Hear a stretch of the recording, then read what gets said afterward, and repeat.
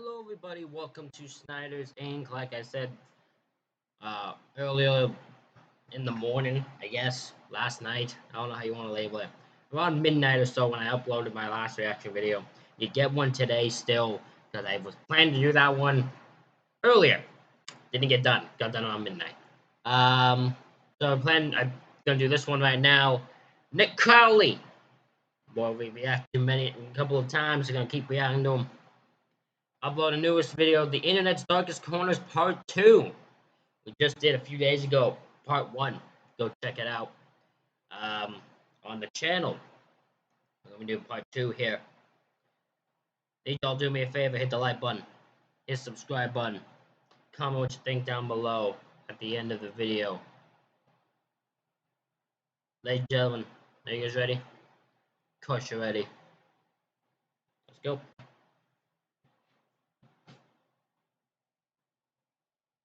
Or can draw conclusions.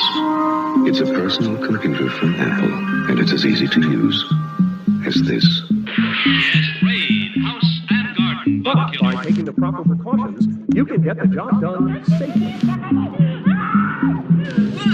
You okay to drive? Yeah, fine.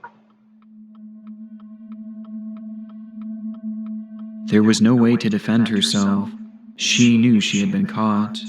As in the hours prior to getting behind the wheel of her car, 21-year-old Jayana Webb had consumed far too many drinks, causing her driving to become uncontrollable and erratic.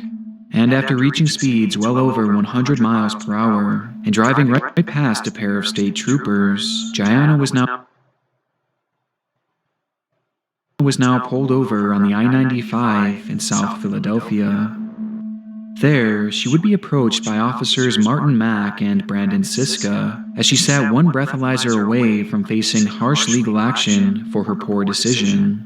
But just as the officers began conversing with the intoxicated woman, their attention would soon be called elsewhere, as an urgent call was made to their radio, alerting them that a pedestrian had been wandering by foot on that very highway just a few miles ahead. Unaware at this point that Jayana was in fact inebriated, and assuming that the pedestrian was a far more pressing concern, the officers sprang into action and sped away into the night, allowing Jayana to leave freely and breathe the ultimate sigh of relief. Clearly she had dodged a bullet, but rather than being thankful that she had avoided certain and serious legal ramifications, the incident instead seemed to inflate her ego, as she immediately took to Twitter, still parked on the side of the road, writing in a braggadocious manner, "Why the cop pull me and he say I'm doing 110 in a 50?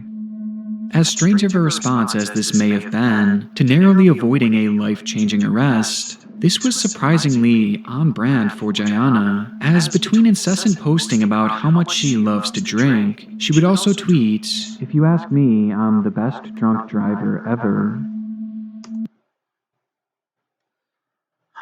This girl is unfortunately an accident waiting to happen. She's a collision, a car accident waiting to happen. This girl is what's wrong with people. You can't, don't drink and drive as the main example. Don't be this bitch as the other one. Just don't be as stupid as this girl is here. Don't be this tweet that says, if you ask me, I'm the best drunk driver ever. No, you're not, because no one's a good drunk driver. Don't exist. This is going to end in a bad car accident. She's... fucking hell. This...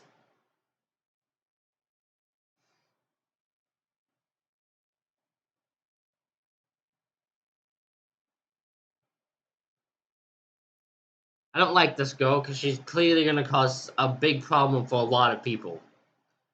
How many people are going to get hurt by her stupidness? That's what I'm concerned about. This was clearly a pattern for Jayana, a normalized action, as she believed that she was fully capable of driving drunk, and also that she was actually good at it, which is not only incredibly frightening, but also far from the truth. Immediately after tweeting this message out, Jayana would again speed off into the night, having gotten away with her drunk driving once more. Though, ironically, just minutes later, she would again approach those very same officers that had just pulled her over, as well as that very pedestrian they were trying to help. Only this time, there was a problem. She was going far too fast, and was impaired to the point that her reaction time was severely delayed. She quickly began to swerve out of control, and by that point, there was no stopping. And in an instant, Jayana would careen her vehicle directly into Officers Martin Mack and Brandon Siska, as well as that same pedestrian they were attempting to save, striking all three at unimaginable speeds. As the car finally came to a stop, all three of the men lay motionless on the pavement. None of them were alive, with the only survivor of the incident being Jayana, the best drunk driver ever. If you don't stop your friend from drinking and driving... This girl killed 3 people because of the speed she was going, because she thought herself as a great fucking drunk driver. What a dumbass this girl is. This girl is a dumbass beyond repair. People use this as an example why drinking and driving is not a smart thing. I don't care who you are, it's not a smart thing. Because you're going to end up... This stuff can happen.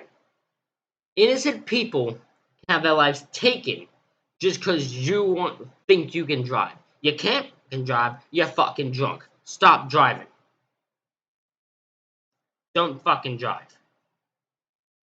There's other ways for you to get home. That's not a good one. Don't do this. You're as good as dead.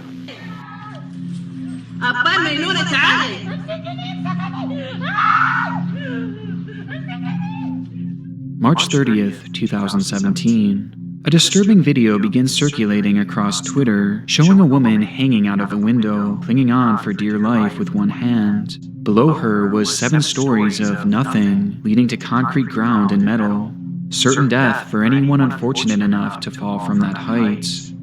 Understandably, the woman is crying and begging to be saved, yelling over and over again to hold me, hold me.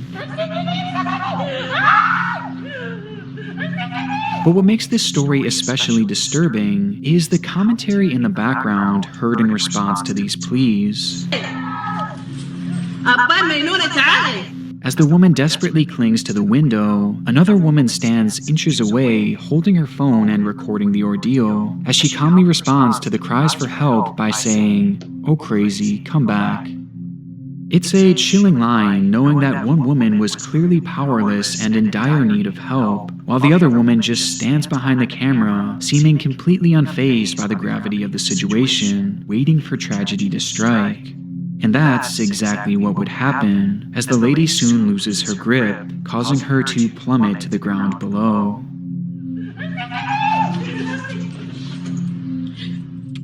Moments later, the camera shows the woman as she lays there deathly still, 7 stories below. It was an extremely shocking video, and one that immediately raised questions as to what exactly had led to this scenario, with millions viewing the video and sharing it across Twitter in a desperate search for answers as... What the fuck? So someone put this woman in this position where she was hanging above the outside of a window, barely able to hang on, and this one girl who could save her is just waiting for her to fall. What repulsive bitch caused this situation to happen? Because no one deserves this under any circumstances. This is sickening. The clip offered nothing else in the way of context. Initially, it was believed and even reported that the woman had done this as a way of taking her own life, and the woman behind the camera seemingly didn't believe that she would go through with it, perhaps just not understanding that by that point, there was literally nothing the hanging woman could have done to pull herself back up. And due to this being the most prominent initial theory, many would walk away from this video believing... That's not the case. No, I could already tell you that's not the case. The reaction of this girl, the girl hanging, is so fear and so scared. There's no way this is not a suicide attempt. This is a girl who did not want to be out there jumping off thing. Absolutely not. No, that is no. There was something more to that video. Absolutely. That it was sadly yet another tragic suicide. However, there was something that still didn't sit right about this clip, as the cold, callous way that the woman off-screen had spoken to this struggling woman just comes across as so off-putting, leading some to believe that there had to be more to this story, a notion that would turn out to be correct. Upon the release of a series of local articles from Kuwait, it would be revealed that this hanging woman's name was actually Adish Sadiq, and what we are witnessing in this video actually isn't an attempted suicide, but rather an attempted murder. At the time, Adish had moved from her home in Ethiopia to quote-unquote work as a maid in Kuwait, and I say this because it would later be revealed that Adish had essentially been a slave to her employer. She had only been working for this particular boss for 3 days, but during this time she had been held captive and was forbidden from leaving the building, making Adish essentially a prisoner or a slave, which sadly is all too common of an occurrence in the area due to something called the kafala system, which is way too complicated to fully dive into here. But on this particular day, Adish finally had enough, and she approached her boss telling her that she was quitting while demanding to be released. Though it wasn't quite that simple, and her boss did not take kindly to this request. In response, Adish would be grabbed and thrown inside of the bathroom of what appears to be some sort of apartment complex, with the room being located near the very top of the building.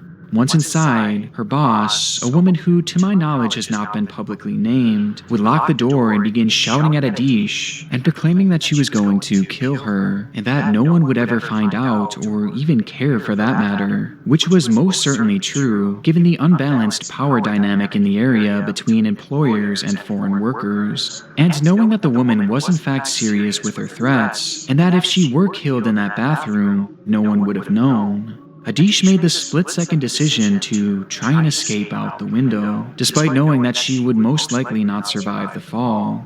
But at least this way, as slim as it may seem, she had a chance. Going out that window was purely an act of desperation, but to Adish it was the only way, and so she clambered out the window and prepared to plummet to the ground below. But not before her boss pulled out her cell phone to record the woman's final moments, while openly mocking her as she fell to the ground below. This explains the lack of assistance that the camera woman offered, and why she seemed to have such a smug attitude towards the helpless woman, because she didn't care if Adish died. Her life was meaningless to her if she wasn't her. Yeah, this woman planned to kill her either way. This woman planned to kill her either way, so her dying was just the benefit, right? Yeah, so I completely understand the lackadaisical attitude. This girl doesn't care at all. Not at all. Slave. And to make this employer's behavior even more jarring, she would immediately upload the video to her very own Snapchat, where it would then be re-recorded and shared across the web. And when questioned about what exactly had happened inside that bathroom, it was this employer that began the lie that Adish was merely trying to take her own life. She had formulated this entire rumor to essentially absolve herself from any responsibility, and it's almost certain that she would have gotten away with this too, had it not been for the fact that Adish survived. What? Upon falling to the ground below, What? I was going into this so much thinking she died. She went 7 feet, 7 floors. I was under the complete impression she died. This just turned my whole, what? Right on. Wow, okay. That shocked the shit out of me. Well done, that was a twist I didn't see coming.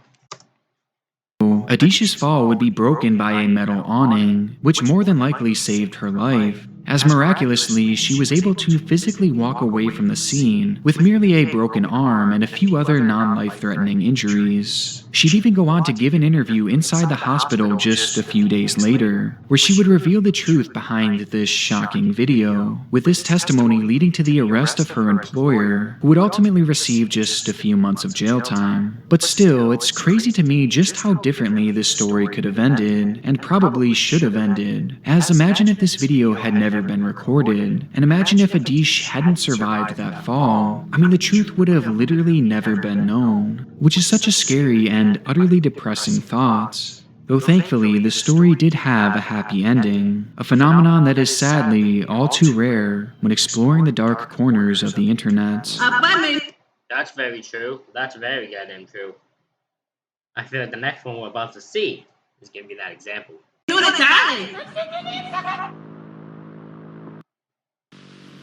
If you've seen my videos before, then you know that the internet is a dark and dangerous place, and in our day and age where everything revolves around it, cybersecurity should be of the utmost importance, which is why I highly recommend today's sponsor, NordVPN. Nord is an easy-to-use VPN that begins immediately protecting your devices with just a single click, or you can even enable AutoConnect, which immediately powers on every time you use the internet, to ensure that you're always browsing safely. Along with this, Nord allows for up to 6 of your devices to be connected at a time, regardless of their brand, while also being the fastest VPN out there. On top of the general safety that NordVPN provides, they are also featuring a new threat protection upgrade, which blocks intrusive ads and web trackers, while also automatically scanning URLs and detecting for malware. So if this sounds like something you might be interested in, you can try it now risk-free with a 30-day money-back guarantee by going to nordvpn.com/Crowley, where you'll also receive a huge discount on a 2-year plan along with 4 months completely free. That's nordvpn.com/Crowley.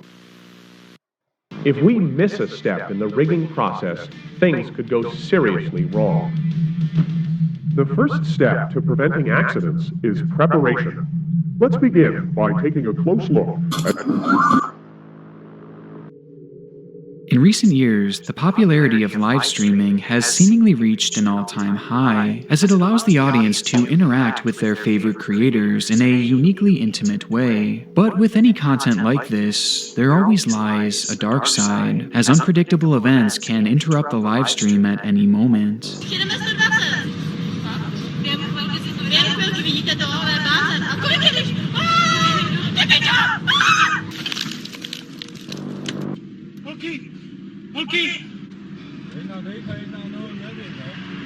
Unsurprisingly, this has led to countless compilations and clips throughout the web, documenting the many disturbing moments that have happened when creators go live. And of these endless examples, a few have always stood out to me. In the year 2021, a 23-year-old named Chao Qimi had been building a following on the social media site Douyin, the Chinese version of what many of us know today as TikTok, which will actually be featured in the remainder of today's cases. She would post numerous videos and live streams, helping build her follower count to over 100,000 people. It was a more than respectable number, and though she wasn't the most famous person on the platform by any means, many believed that she was well on her way to internet stardom. But before she could get there, she knew that she had to keep a stable job and establish some sort of income, as she was already in the process of building her family, being the mother of 2 young children. And so she would spend her days working as a crane operator, assisting in numerous construction projects, and earning herself a decent wage, as it wasn't a job that most would sign up for. The cranes that Chao was often tasked with operating often stood hundreds and even thousands of feet in the air. It certainly wasn't a job for the faint of heart, but Chao seemingly embraced the challenge, and in many ways used her unique skill set to her advantage, as she would often document her life as a crane operator on Douyin, with these videos, along with her dancing content, being responsible for the majority of her viewership. And by the summer of 2021, Chao would begin not only making videos while at work, but she would also begin live streaming right from her job. And on July 20th, 2021, when her workday began to wind down, she would once again fire up her stream. The full version of this stream doesn't appear to be available anywhere online today, and rather, we only have a roughly 2-minute clip from that day, with the video starting in silence, as Chao had been singing along to copyrighted music, while inside the small cab of her massive crane, sitting 160 feet in the air.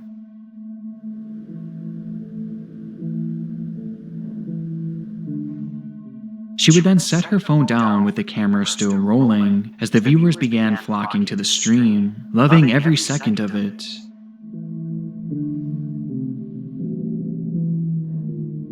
Or at least they were, until the footage cut to this.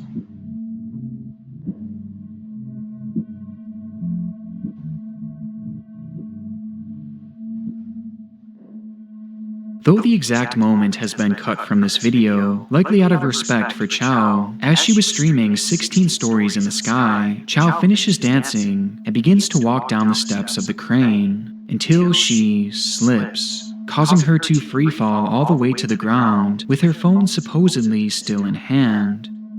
On her way down, she seems to strike metal bar after metal bar from the crane until she finally hit the ground below, killing her instantly with her phone still recording. I'm about to say, absolutely, that killed her instantly. That's like hundreds of feet in the air. You don't survive that under any circumstances. I feel so bad for that girl. She just won the live stream. She maybe should have known better not to live stream while going down a ladder. Maybe that's a mistake she made. But she definitely, the one slip mistake is all it takes in a job like that for you to fall hundreds of feet down to the ground to your death. It is, I feel so bad for that girl. I just can't even imagine being one of the viewers in that live stream and watching that very moment that she begins to fall. And ultimately, I think it's a good thing that the actual footage of her slipping has essentially been wiped from the internet, as even with the missing frames, this is truly one of the most disturbing live stream accidents that I have ever seen.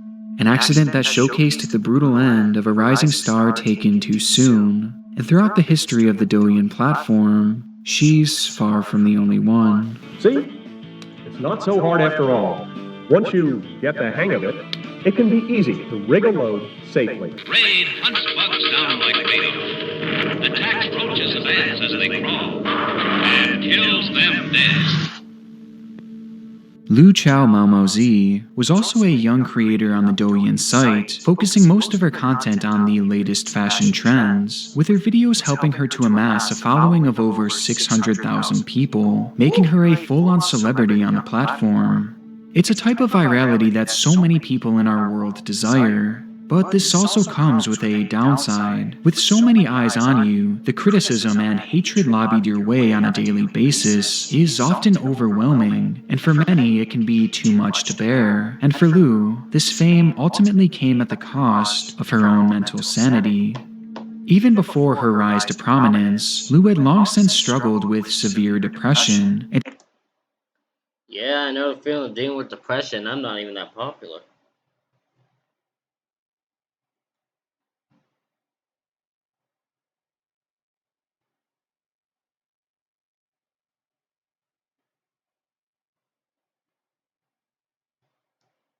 I'm not even that popular, and I deal with that shit, so I couldn't imagine already being depressed before you're famous, then becoming famous, and having that pressure put on you. It would probably, that'd be insanity.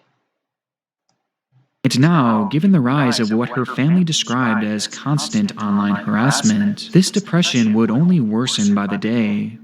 By August of 2021, things had gotten so bad for Lu that her family began to fear that she may try and harm herself, and decided to place her in a psychiatric hospital with the hopes that there, she would be safe and hopefully overcome her personal demons. And for a while, that's exactly what she would do, as she supposedly began making serious strides in her mental health.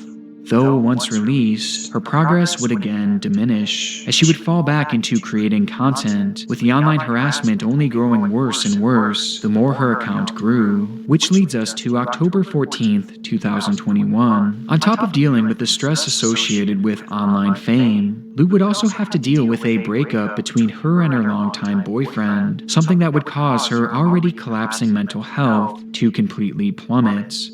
And so that day, she would take to Douyin and post a cryptic video stating that this may be the last time she ever interacts with her audience, with the clip being titled, "This is probably the last video. Thank you for following along."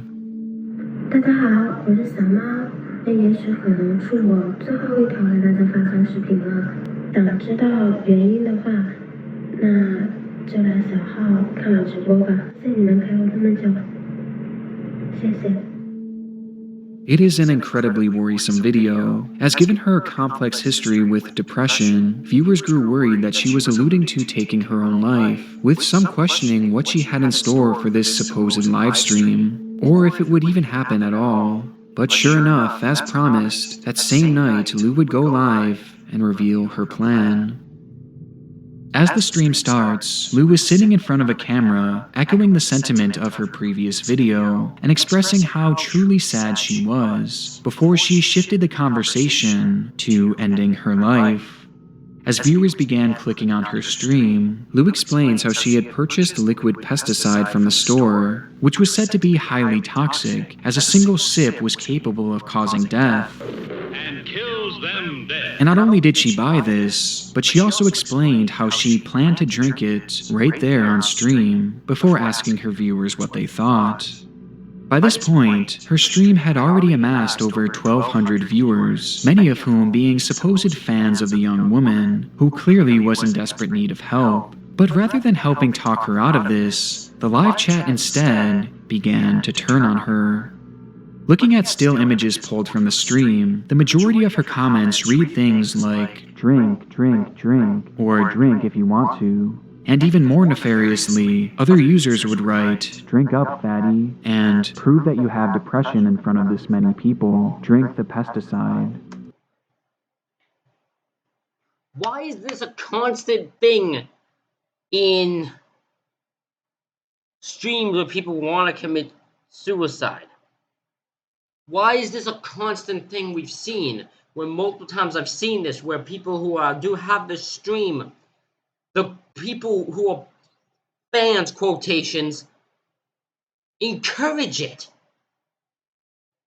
I don't care how weird your mind is. That's fucked up. Like, that's fucked up. This person needs help. Don't encourage them to take their lives. Help them. Try to talk them out of it. Call police. Call someone. Don't just encourage it. That's fucked up. It's unclear what Lou's true intentions were when starting this stream, but many believe that this was simply done as a call for help, with one of her own friends even stating that this was only done as a way of attracting her ex-boyfriend's attention, and that she never actually intended on taking her own life. But seeing the way that her chat had turned on her, and hearing the demands that she drink the pesticide, only fueled her spiraling mental health. And so, in an instant, Lou grabbed the bottle and began to chug. Following this, Lou puts the jug down and makes a remark stating, "That was hard to drink," before the poison seemingly begins to take effect. The stream then ends as Lou clutches her throat and stops the video. With the live stream over, Lou immediately began to regret her decision, as she would quickly grab her phone and call an ambulance. However, it was much too late, and sadly, she would lose her life, thanks in large part to the encouragement from her very own audience. It's a horrible story, but somehow it actually gets darker from here, as it actually has one of the most shocking twists that I have personally ever seen in a case before. Following her passing, Lou's body would be quickly cremated with a funeral planned shortly after, so her loved ones could pay their respects, though something strange happened before the ceremony could commence, as the ashes of Lou would disappear. Apparently, the crematorium had refused to turn over Lou's ashes to her family, claiming that somehow they had gotten lost, though in actuality, an investigation would reveal that these remains had actually been stolen, and stolen by none other than the employees responsible for her cremation. According to reports, numerous members of the staff had taken the remains of Lou with the intention of selling them on the black market, as once news broke of her passing, the agency was contacted by an individual expressing interest in purchasing her cremated remains. And what did this man have planned once in possession of these ashes? Well, he wanted to marry them. In certain areas of China, there exists a practice called ghost marriages, where people are allowed to marry after death. This is done due to the fact that unmarried girls are seen as undesirable in their society and can even be shameful for the parents, so some will choose to marry the deceased individuals as a way of supposedly saving their souls and their families from this shame. It's a bizarre tradition that typically happens between people who at the very least knew each other, but it's especially twisted when it's done without any form of consent from the victim or her family, as this man was a complete stranger to the girl. Though thankfully, this plan would eventually fall through when the buyer supposedly backed out, and the operation would eventually be busted, leading to Lu's remains being found and safely returned to her family. And it's this family that I truly feel sorry for the most in this situation, as not only did they have to deal with the highly publicized passing of their daughter in such a horrific way, but also the theft and almost the marriage of her remains. Let's turn now to China, where the Winter Olympics are underway in Beijing. China's human rights abuses are getting as much attention as the athletes. Our final case once again takes us back to the Douyin app and a small impoverished village within Suzhou, China.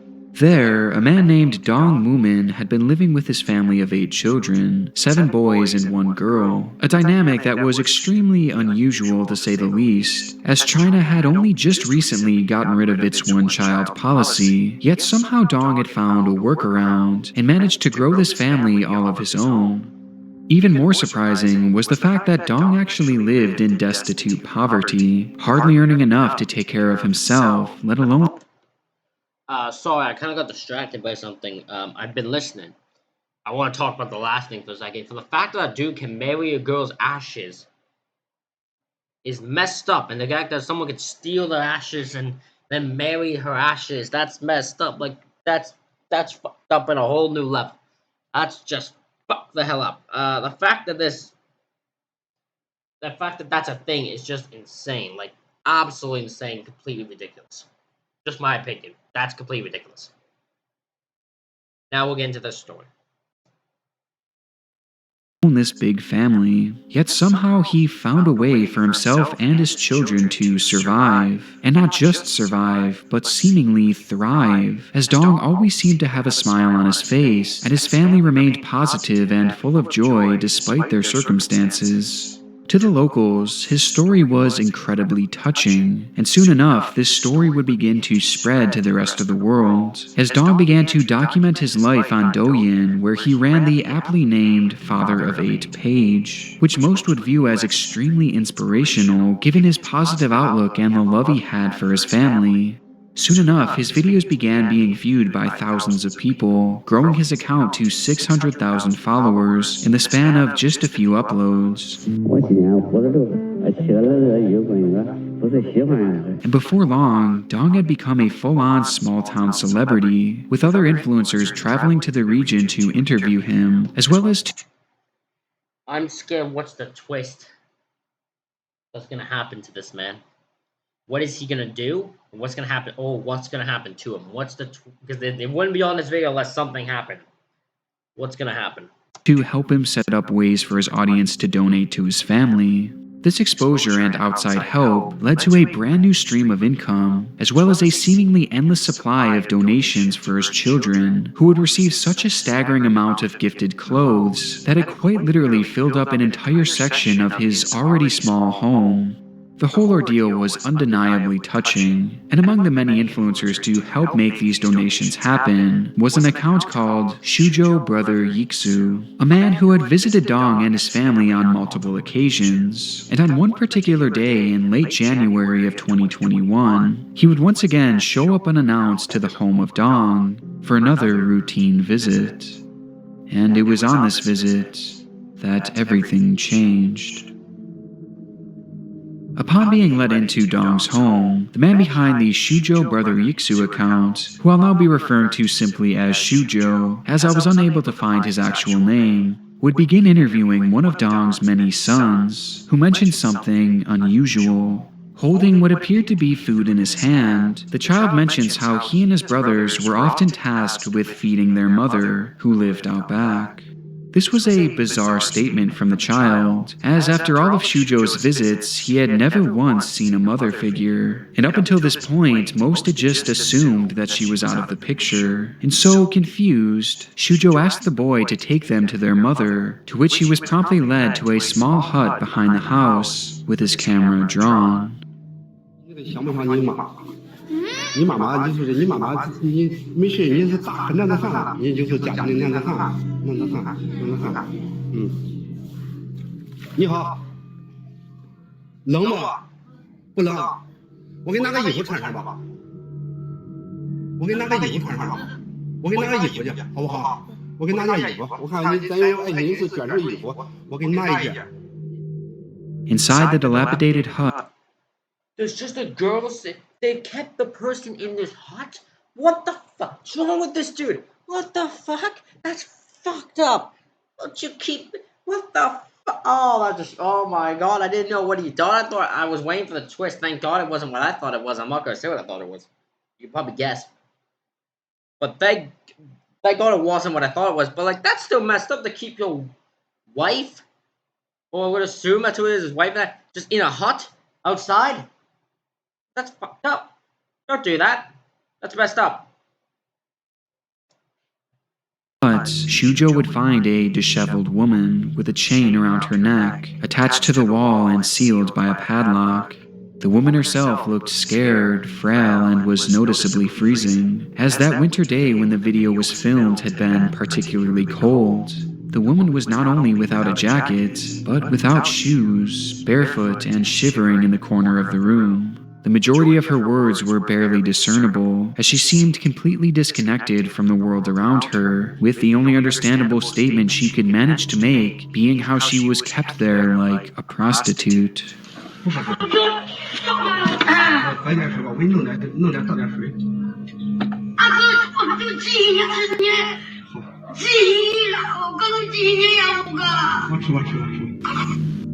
In all the videos posted by and about Dong, this was the first time his wife and the mother of his children was shown on camera.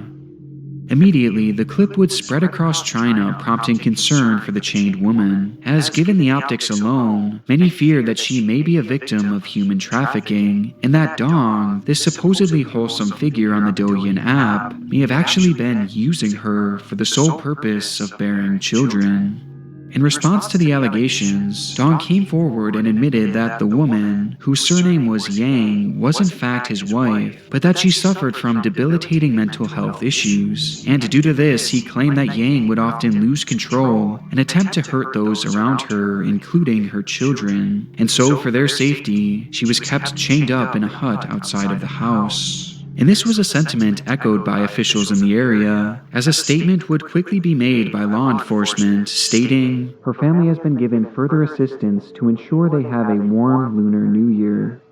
Despite this quick response, however, the public largely doubted the story that Dong and the authorities had been telling, as regardless of its validity, the way this woman was being kept is clearly just inhumane, and things would only get more suspicious from here as people attempted to dig deeper. For starters, many would visit the region to try and assist Yang and hopefully save her from this neglect, only to discover that Chinese authorities had actually closed off the entire town in which Dong's family had lived, making access to them impossible.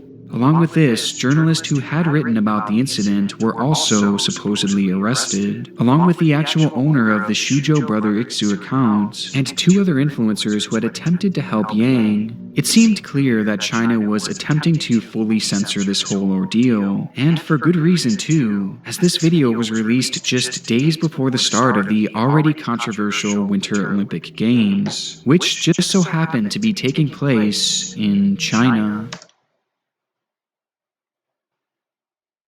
These fuckers covered up a woman being tied up with a chain mat in a hut in China just so they could get the fucking Olympic Games. That's fucked. Fuck China. Fuck all of them. That's fucked. But as hard as they tried to suppress this, the story of the chained woman had already spread far across the world, even on one day being mentioned across social media more so than the actual Olympics themselves. And in the face of intense international scrutiny, the truth would finally be revealed. In actuality, this lady's name isn't even Yang, and instead it was Chow Huma Mi, and sadly, she had in fact been the victim of human trafficking. In 1996, when Chow was just 20 years old, she was taken to a mental health clinic where somehow she would end up being sold into a trafficking ring. From there, she was bought and sold on 3 separate occasions, with one of her buyers being Dong's father. Once purchased, Dong would marry the woman and essentially use her as a means of birthing children. And it was within that backyard hut that Dong would often leave this starved and freezing woman, chained up like an animal, with no chance to leave, and only using her when it would come time to have another child. And as for her violent outbursts, well, that too was a fabrication by Dong, as it would later be revealed that she was actually suffering from a seizure disorder, and each time she would have one, Dong would punish her by chaining her up, not because she was dangerous or anything like that, but because she was an inconvenience. The whole situation is unbelievably horrible, and truthfully, I can't even imagine the horrors that this poor woman has endured. And without this massive public pressure, it's likely she would have lived the rest of her life as a captive woman. Though thankfully, this doesn't appear to be the case, as it's believed that she has now finally been rescued and is being given the proper care that she deserved all along, while Dong and multiple others involved in her trafficking have since been arrested, leading to an extremely shocking and heinous end to a man once considered one of Douyin's most wholesome creators. Though there's one last element to this story, an element that totally takes away from this somewhat positive ending, with that being that Chow wasn't the only captive woman in that village. What? Earlier I had mentioned that the Shujo Brother Yixu account had been banned with its owner having been arrested, and though this was primarily due to the expose on Dong, he would also release another video directly before his ban that showed that Chow wasn't alone. In that very same small village, just a few houses down, Shujo would discover this.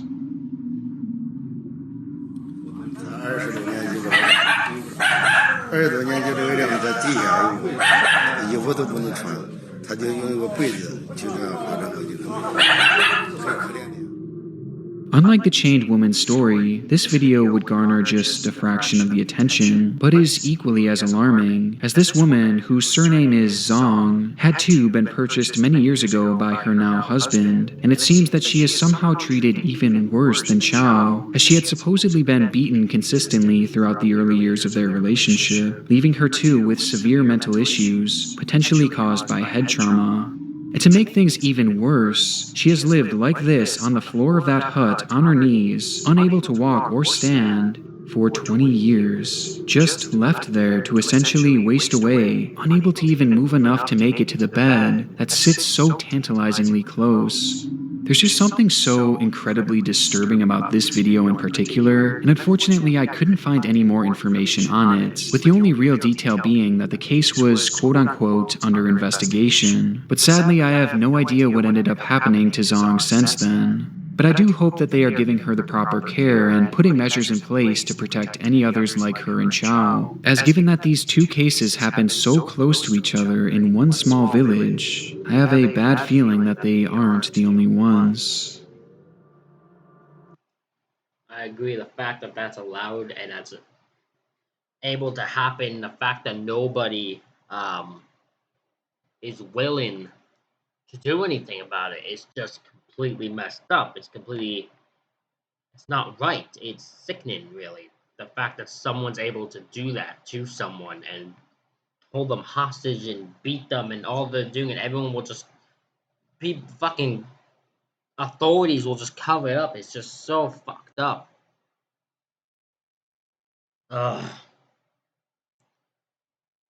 Ladies and gentlemen, hope you all enjoyed this reaction video. Hit the like button, hit the subscribe button, comment what you think down below. If you would like to watch the original video, it will be in the link in the description below. Thank you all for watching. I will see you all for the next one.